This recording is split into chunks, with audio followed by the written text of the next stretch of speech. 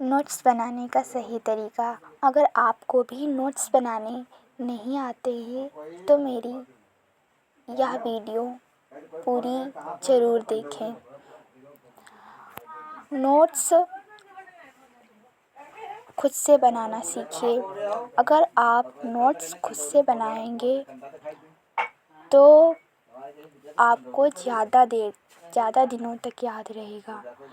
अब आप सोचेंगे कि नोट्स हम खुद से क्यों बनाएं, क्योंकि नोट्स तो हमें स्कूल से ही दे दिए जाते हैं।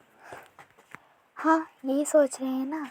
पर नोट्स स्कूल में इसलिए लिखवाए जाते हैं कि आप एग्ज़ाम में सही तरीके से उत्तर लिख सकें। उसमें सही तरीका दिया होता है। अगर आपके पास टाइम नहीं है खुद से नोट्स बनाने का तो आप उन्हीं स्कूल के टीचर से दिए हुए नोट्स को पढ़ करके या मॉडल ख़रीद करके उससे पढ़ सकते हैं। पर आपके पास वही बहुत सारा समय है जिससे आप नोट्स बना सकें, क्योंकि अभी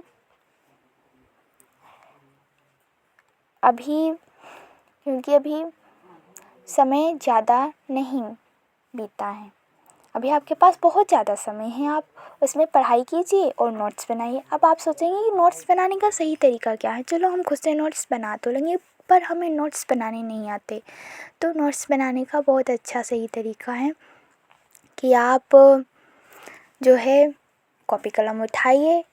और ये नहीं है कि आप एनसीईआरटी पढ़ रहे हैं, जो मतलब पढ़ रहे हैं पूरी और लाइन छाप रहे हैं, ऐसे नहीं नोट्स बनाने हैं। आप पहले एनसीईआरटी पढ़िए और फिर एनसीईआरटी बंद कर दीजिए। आपको ये नहीं है कि आपको पूरा चैप्टर पढ़ना है। आप सिर्फ एक पैराग्राफ, या शुरुआत में थोड़ा कठिन लग सकता है तो सिर्फ 2 लाइन पढ़ करके उसे बंद कर दीजिए और फिर अपने हाथों से उसे शॉर्टकट में पॉइंट में लिखने का प्रयास कीजिए। और जो आप पॉइंट में उसे लिखेंगे, कम शब्दों में लिखेंगे, वही आपके असली नोट्स होंगे।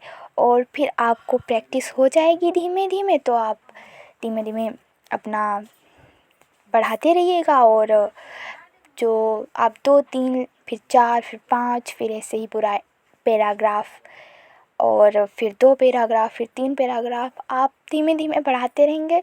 और आपको जो नोट्स बनाने हैं पूरे पहले आपको पढ़ लेना है, समझ लेना है। जो शब्द समझ में नहीं आए और उससे आपके पास फ़ोन तो है ही, आप फ़ोन में उस शब्द को सर्च कर सकते हैं गूगल पर। अब तो बहुत सारी सुविधाएं चली हुई हैं, गूगल पर सर्च करके उसका अर्थ देख सकते हैं। जब आप अच्छे से समझ करके एनसीईआरटी पढ़ते हैं ना, तो आप कभी भी उसे नहीं भूलते, एग्ज़ाम तक भी नहीं भूलते और उसके बाद भी नहीं भूलते। आपको ज़िंदगी भर याद रहता है। और यही सही तरीका है नोट्स बनाने का। पहले एनसीईआरटी के क्वेश्चन पढ़िए, क्वेश्चन पढ़ने के बाद अब आप कहेंगे मैम ये क्या कह रही हैं कि एनसीईआरटी के क्वेश्चन पढ़िए। हम इसलिए कह रहे हैं कि अगर जब आप क्वेश्चन पढ़ लेंगे ना, तो आपके दिमाग इस तरह से काम करेगा जैसे कि आपने क्वेश्चन पढ़े और देखा कि हाँ इसमें ये वाले इम्पोर्टेंट हैं। तब आप एनसीईआरटी पढ़ने जाएंगे ना, तो आप उसमें पढ़ेंगे तो आपका दिमाग तुरंत ही